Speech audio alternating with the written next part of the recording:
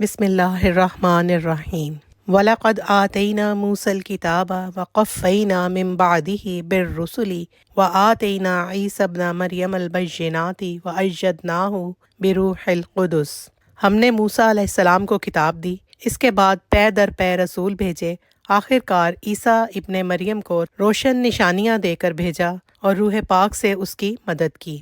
أَفَكُلَّمَا جَاءَكُمْ رَسُولٌ بِمَا لَا تَهْوَىٰ أَنفُسُكُمُ اسْتَكْبَرْتُمْ فَفَرِيقًا كَذَّبْتُمْ وَفَرِيقًا تَقْتُلُونَ۔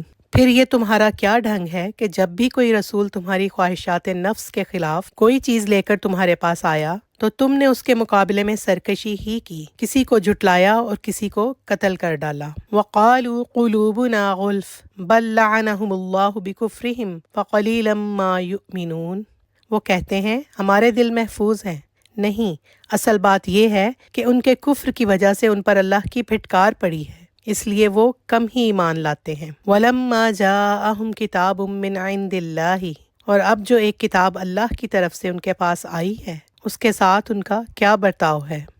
روح پاک سے مراد علم وحی بھی ہے، اور جبرائیل علیہ السلام بھی جو وحی کا علم رکھتے تھے، اور خود حضرت مسیح علیہ السلام کی اپنی پاکیزہ روح بھی، جس کو اللہ نے قدسی صفات بنایا تھا۔ روشن نشانیوں سے مراد وہ کھلی کھلی علامات ہیں جنہیں دیکھ کر ہر صداقت پسند طالب حق انسان یہ جان سکتا تھا کہ مسیح علیہ السلام اللہ کے نبی ہیں۔ یعنی ہم اپنے عقیدہ و خیال میں اتنے پختہ ہیں کہ تم خواہ کچھ کہو، ہمارے دلوں پر تمہاری بات کا اثر نہ ہوگا۔ یہ وہی بات ہے جو تمام ایسے ہر دم لوگ کہا کرتے تھے جن کے دل و دماغ پر جاہلانہ تعصب کا تسلط ہوتا ہے۔ وہ اس عقیدے کی مضبوطی کا نام دے کر ایک خوبی شمار کرتے ہیں، حالانکہ اس سے بڑھ کر آدمی کے لیے کوئی عیب نہیں ہے کہ وہ اپنے موروثی عقائد و افکار پر جم جانے کا فیصلہ کر لے، خواہ ان کا غلط ہونا کیسے ہی قوی دلائل سے ثابت کر دیا جائے۔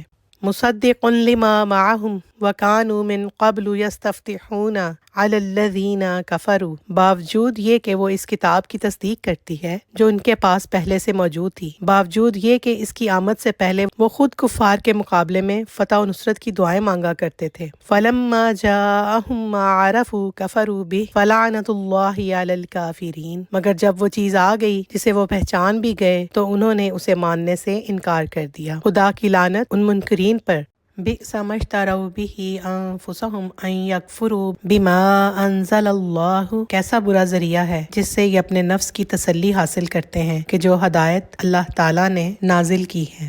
باغیا ان ينزل اللہ من فضلہ علی من یشاء من عبادہ فباءوا بغضب علی غضب، اس کو قبول کرنے سے صرف اس ضد کی بنا پر انکار کر رہے ہیں کہ اللہ تعالیٰ نے اپنے فضل، وحی اور رسالت سے اپنے جس بندے کو خود چاہا نواز دیا، لہٰذا اب یہ غضب بالائے غضب کے مستحق ہو گئے ہیں۔ وَلِلْكَافِرِينَ عَذَابٌ مُّهِينٌ، اور ایسے کافروں کے لیے سخت ذلت آمیز سزا مقرر ہے۔ وَإِذَا قِيلَ لَهُمْ آمِنُوا بِمَا أَنزَلَ اللَّهُ قَالُوا نُؤْمِنُ بِمَا أُنزِلَ عَلَيْنَا وَيَكْفُرُونَ بِمَا وَرَاءَهُ، جب ان سے کہا جاتا ہے کہ جو کچھ اللہ تعالیٰ نے نازل کیا ہے اس پر ایمان لاؤ تو وہ کہتے ہیں ہم تو صرف اس چیز پر ایمان لاتے ہیں جو ہمارے ہاں یعنی نسل اسرائیل میں اتری ہے، اس دائرے کے باہر جو کچھ آیا ہے اسے ماننے سے وہ انکار کرتے ہیں۔ وَهُوَ الْحَقُّ مُصَدِّقًا لِمَا مَعَهُمْ، حالانکہ وہ حق ہے اور اس تعلیم کی تصدیق و تائید کر رہا ہے جو ان کے ہاں پہلے سے موجود تھی۔ قُلْ فَلِمَ تَقْتُلُونَ أَنْبِيَاءَ اللَّهِ مِن قَبْلُ إِن كُنتُم مُؤْمِنِينَ، اچھا ان سے کہو اگر تم اس تعلیم ہی پر ایمان رکھنے والے ہو جو تمہارے ہاں آئی تھی تو اس سے پہلے اللہ کے ان پیغمبروں کو جو خود بنی اسرائیل میں پیدا ہوئے تھے کیوں قتل کرتے رہے۔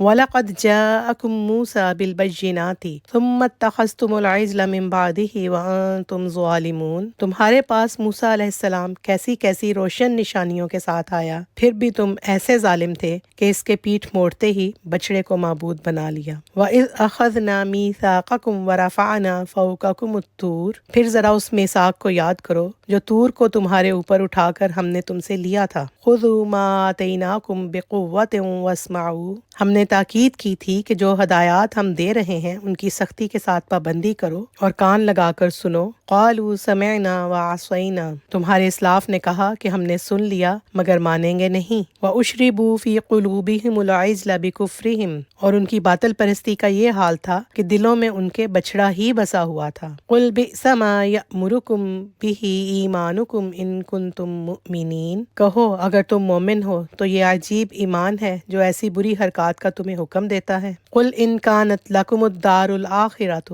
عند اللہ خالصۃ من دون الناس فتمنوا الموت ان کنتم صادقین، ان سے کہو کہ اگر واقعی اللہ کے نزدیک آخرت کا گھر تمام انسانوں کو چھوڑ کر صرف تمہارے ہی لیے مخصوص ہے، تب تو تمہیں چاہیے کہ موت کی تمنا کرو اگر تم اپنے اس خیال میں سچے ہو۔ وَلَن يَتَمَنَّوْهُ أَبَدًا بِمَا قَدَّمَتْ أَيْدِيهِمْ، یقین جانو یہ کبھی اس کی تمنا نہ کریں گے، اس لیے کہ اپنے ہاتھوں جو کچھ کما کر انہوں نے وہاں بھیجا ہے اس کا اقتضا یہی ہے کہ یہ وہاں جانے کی تمنا نہ کریں۔ وَاللَّهُ عَلِيمٌ بِالظَّالِمِينَ، اللہ ان ظالموں کے حال سے خوب واقف ہے۔ وَلَتَجِدَنَّهُمْ أَحْرَصَ النَّاسِ عَلَى حَيَاةٍ وَمِنَ الَّذِينَ أَشْرَكُوا، تم انہیں سب سے بڑھ کر جینے کا حریص پاؤ گے، حتیٰ کہ یہ اس معاملے میں مشرکوں سے بھی بڑے ہوئے ہیں۔ يَوَدُّ أَحَدُهُمْ لَوْ يُعَمَّرُ أَلْفَ سَنَةٍ، ان میں سے ایک ایک شخص یہ چاہتا ہے کہ کسی طرح 1000 برس جیے۔ وَمَا هُوَ بِمُزَحْزِحِهِ مِنَ الْعَذَابِ أَن يُعَمَّرَ وَاللَّهُ بَصِيرٌ بِمَا يَعْمَلُونَ، حالانکہ لمبی عمر بہرحال اسے عذاب سے دور تو نہیں پھینک سکتی،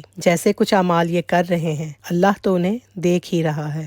اس آیت کا دوسرا ترجمہ یہ بھی ہو سکتا ہے، کیسی بری چیز ہے جس کی خاطر انہوں نے اپنی جانوں کو بیچ ڈالا، یعنی اپنی فلاح و سعادت اور اپنی نجات کو قربان کر دیا۔ یہ لوگ چاہتے تھے کہ آنے والا نبی ان کی قوم میں پیدا ہو، مگر جب وہ ایک دوسری قوم میں پیدا ہوا جسے وہ اپنے مقابلے میں ہیچ سمجھتے تھے تو وہ اس کے انکار پر آمادہ ہو گئے۔ گویا ان کا مطلب یہ تھا کہ اللہ ان سے پوچھ کر نبی بھیجتا، جب اس نے ان سے نہ پوچھا اور اپنے فضل سے خود جسے چاہا نواز دیا تو وہ بگڑ بیٹھے۔ یہ ایک تعریض اور نہایت لطیف تعریض ہے ان کی دنیا پرستی پر۔ جن لوگوں کو واقعی دار آخرت سے کوئی لگاؤ ہوتا ہے وہ دنیا پر مرے نہیں جاتے اور نہ موت سے ڈرتے ہیں، مگر یہودیوں کا حال اس کے برعکس تھا اور ہے۔ اصل میں الا حیات ان کا لفظ ارشاد ہوا ہے جس کے معنی ہے کسی نہ کسی طرح کی زندگی، یعنی انہیں محض زندگی کی حرص ہے، خواہ وہ کسی طرح کی زندگی ہو، عزت اور شرافت کی ہو یا ذلت اور کمینہ پن کی۔